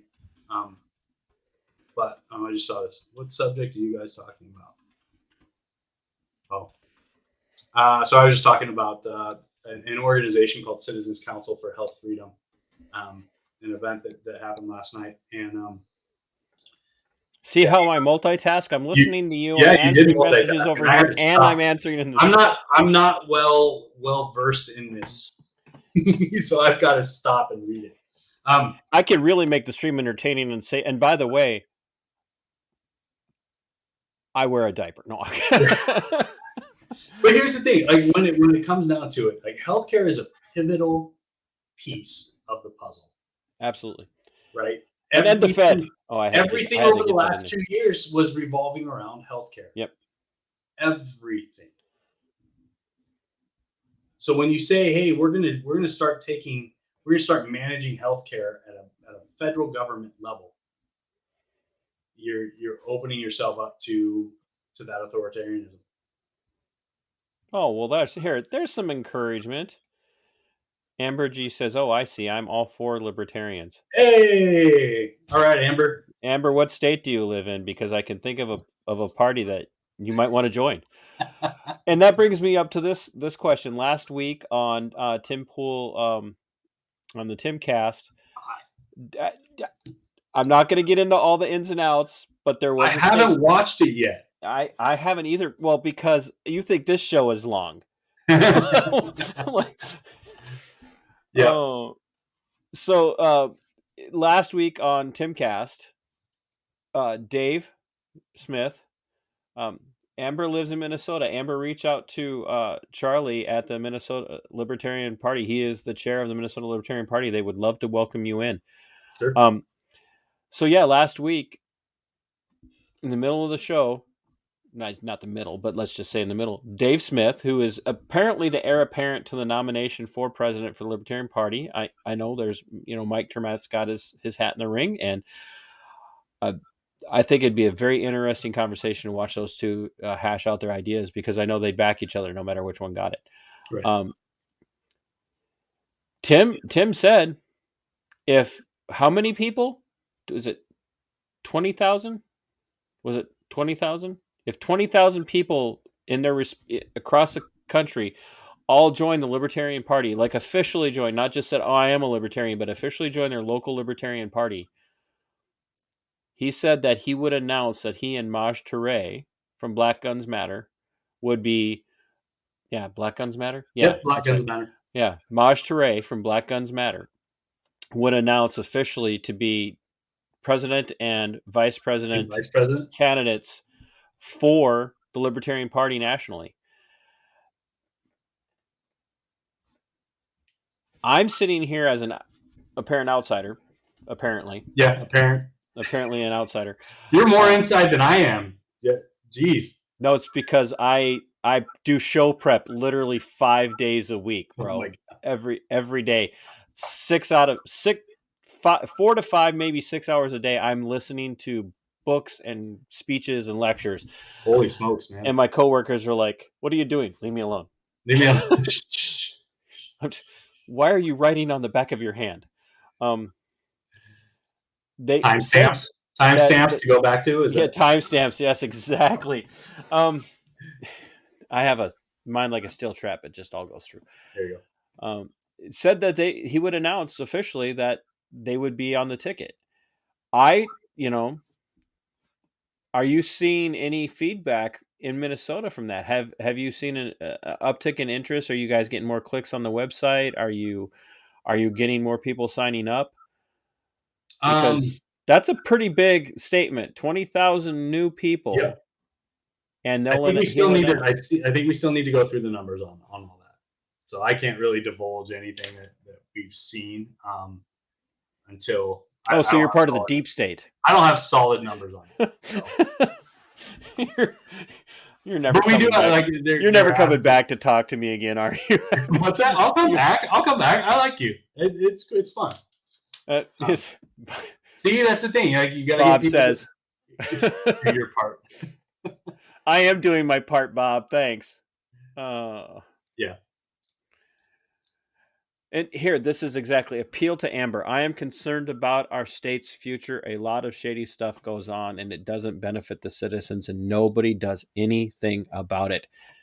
That, ladies and gentlemen, right there is why if you're disenfranchised by either party, this is why you need to be looking at the Libertarians. Yes, I'm saying it right now. This is why you need to be. I just shot your guys' chance to hell by saying you're fine. I think here's the thing. You're absolutely right. We need to start holding our elected officials accountable for the things that they do.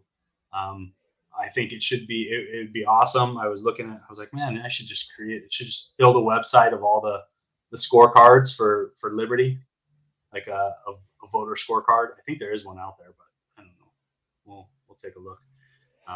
But just basically, give a scorecard for all the votes that happen in our state legislation and federal legislation.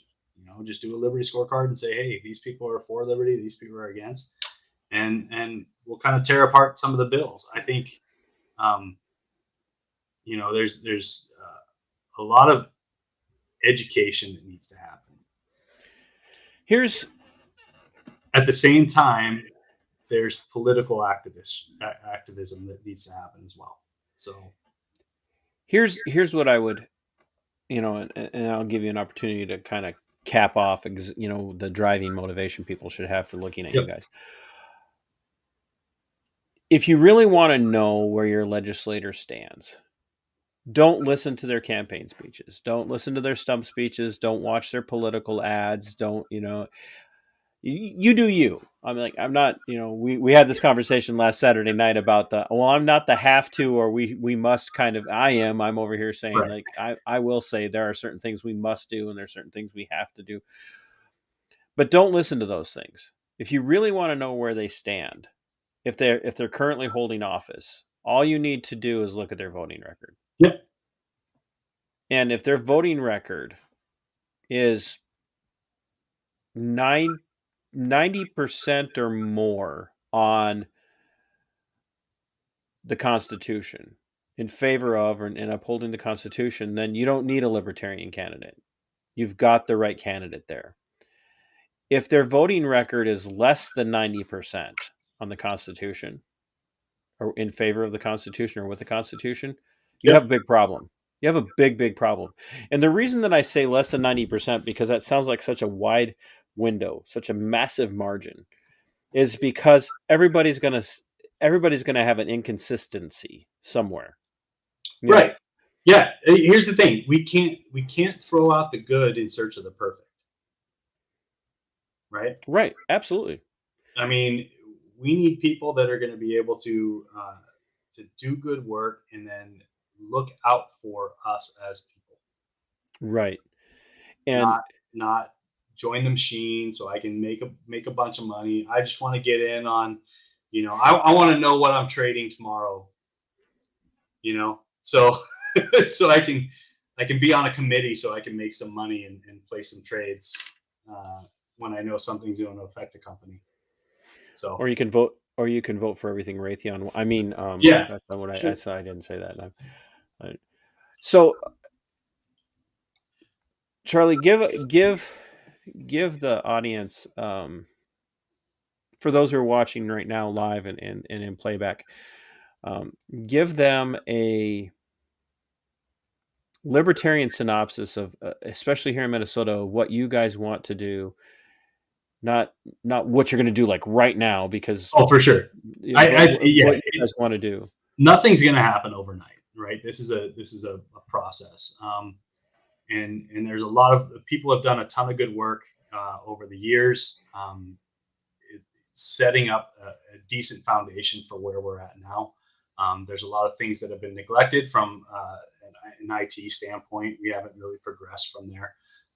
So we're looking at changing things and kind of revolutionizing just the way that we operate as an organization and as a political party. But that's essentially what we are. We're the avenue to run libertarian candidates that are going to basically pull the government back and get them out of your back pocket and get them out of your bedroom and just basically leave people alone. And so that's what we're trying to do. That's what we're trying to accomplish.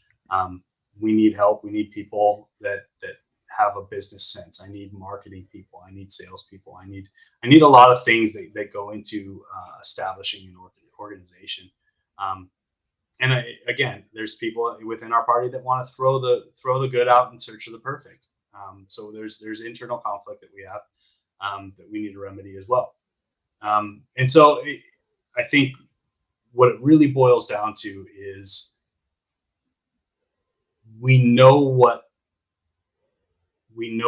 we're facing on the other side, and we know that neither party is going to move the needle in the manner that we want. Everything leads towards totalitarianism in the other two parties, and we're the radicals that are against that. So that's my pitch. That's pretty much, I love it. And that's why I was really excited to run into so many, the vast majority of the people that showed up on Saturday were clearly in the libertarian camp. And it was refreshing. Yeah. And it's humbling to know that it's growing, especially in a place like Minnesota, which has been, for years has been a stronghold of the Democrats. I mean, even Minnesota didn't even go to Reagan, Right. like every other state in the union, every other state in the union, every one of them, not Minnesota. It was a big middle finger. Like, nope, not us. So. Yeah, I think here's the thing is I think if we keep going down this path, you're going to see an exodus into the western parts of the state, into the farmland. People are going to be. Don't say that to poor people. I'm just saying, the poor people in Rocks and Cows, Minnesota are like, I know. I have guns. Don't you bring your problems to me. It's going to be a bad scenario if we don't change something. Well, Charlie, I cannot thank you for your time enough. Yeah, thanks, Bob. Bob says stay out. Yeah, I didn't even see. You saw that before I did. That's good on you. You make a great co-host. It popped up, and I was like, "Oh yeah, Bob." All right. Bob. And trust me, if Bob tells you to stay out, you might want to think about following that, because Bob is the kind of guy that knows how to make that happen. So Bob Come on, Bob. You got 40 acres for me to buy? Bob got I'm going to embarrass him. Bob got a little bit of a shout out from Mr. Horton on Tom Woods this week. Yeah, I'm not even kidding. Awesome. Bob had a great conversation with Scott, and Scott brought up the conversation with Tom on his show at the Monday or Tuesday this week.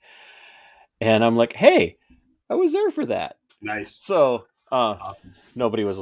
I like literally said that out loud. I was walking by a coworker, and somebody's like, "What? TC's on drugs again?" I'm looking forward to seeing what you guys do, and I will be watching. I'm happy to have a conversation anytime. That probably sounded ominous. Yeah. Where can people find you since you don't do social media? Yeah, I mean, I am on Twitter at Sequel Corman, so SQLCORPSMAN. Somebody that has me and you needs to help me find you because I am never going to. I was thinking of changing my handle, but I don't know. It just, I'm a tech nerd, so I write, in SQL all day. You could have just said nerd. Yeah. All right. There. Fine. I think Instagram. I don't post there very much. And does Libertarian Party of Minnesota have a Twitter account? Yes. Absolutely. Follow Libertarian Party of Minnesota on Twitter. And what's the actual handle at? I think it's. Oh God! Now you're getting. See, this is why I don't manage our social media. Well, that and spelling should just be at LP of MN. I tried to tag you guys in this when I put it up before the show started, and I couldn't find it. So yeah, I've been looking for a week. LP of MN. Okay. On Twitter. And just out of curiosity, the Libertarian Party does have a dues. You do pay dues. Yep. And for those people that are wondering, how much is that annually? So I think we ran a $30 a year is our basic membership. And so we've got internal chats. People, we've got affiliates all across the state that meet up once a month. So reach out and find your affiliate on our webpage. And yeah, come out to an event. We basically meet up in bars, right? And we'll have very libertarian of you. Yep. We'll have a drink and we'll talk about how we can affect politics in our local areas. That's what the affiliates are really for. So I'm really looking to drive those affiliates and kind of grow those local activists. And so that's our big push again. So yeah, come out, have a drink, talk to some other libertarians about, what's going on. Have another drink. What's that? And then have another drink. And then have another drink. And really just try to affect local politics. So I thought you were going to keep talking more. I was taking a drink and you stopped talking. So, Otter Tail on Sunday. There you go. With Jake Dolly. Is he still in here? No, he probably had to go to work or something. Yeah, probably. So yeah. Well, I appreciate the time. Yeah. If there's ever anything you guys want to talk about, or if you got a candidate from the party that has something they want to talk about or wants to come on, you send them my way. I'll be more than happy to put them in the stream. Good. I'll just keep pinging you, and we'll come on until I get better on camera. No, I won't make that joke. It's self-deprecation. There's a face for radio. So my dad used to have to tie a pork chop around my neck to get the dog to play with me, so I know how you feel. So what the hell movie was that? I don't know. That's literally a joke my dad's been telling me for years. So I think it's it's almost like a Rodney Dangerfield thing my dad was telling me that when I was a little kid, and people were like, why do you have such self-deprecating humor? I said, because that's what my dad used to say. Because that's what I had to grow up with. You were so ugly when you were a baby, we tied you to a clothesline pole and fed you with a slingshot.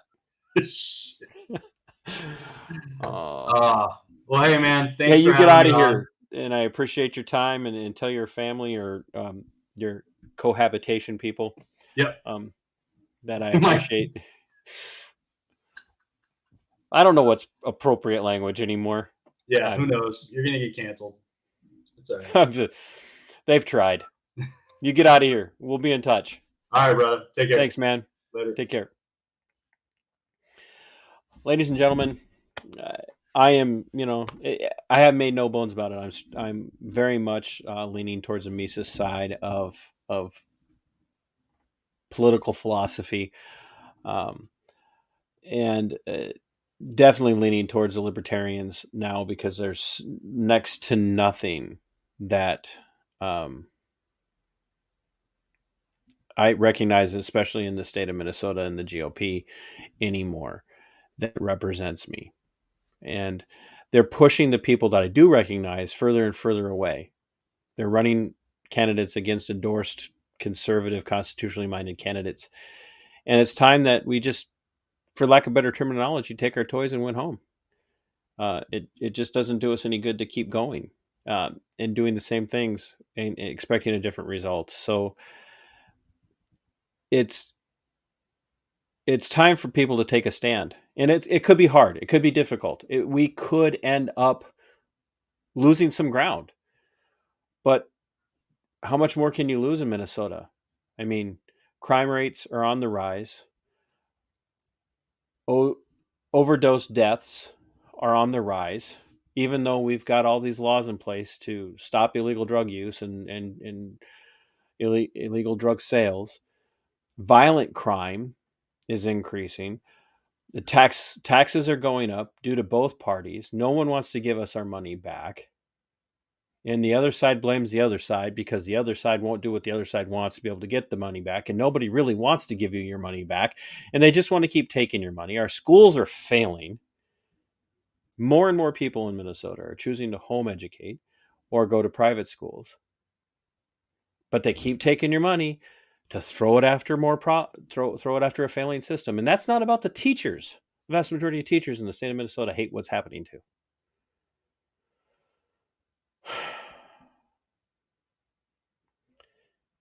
When are we going to wake up and start doing not the party line thing, but the right thing? So join me. If you haven't made up your mind, join me in taking a hard look at where you've been in your social, cultural, political philosophy. And say, where can I find the best, most accurate representation? Where are they going to listen to me and do the right thing constitutionally? Because the Republicans won't anymore. Not in the state of Minnesota. So a shout out to all of my friends on Subscribestar and to my friends over at the Art and Sales Group. Until next time, my friends, fight for your liberties. They are yours. Fight for your freedoms. They belong to you. And sic semper tyrannis. We are going for liftoff in T-30. Stand by for further instructions, Minnesota Black Robe Regiment. Secondary guidance systems engaged. Minnesota Black Robe Regiment, it will be on my mark.